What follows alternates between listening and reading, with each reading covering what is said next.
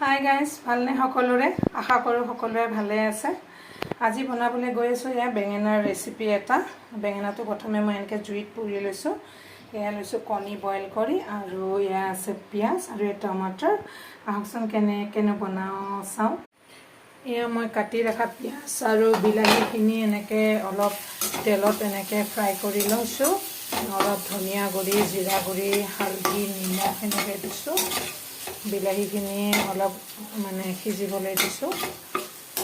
বিলাহীখিনি সিজি ৰাখিছে ধুনীয়াকৈ। এতিয়া আমি পুৰি ৰখা বেঙেনাখিনি দি দিম। বেঙেনাখিনি আমি একেলগে টমাটৰ মছলাখিনি ফ্ৰাই কৰিম।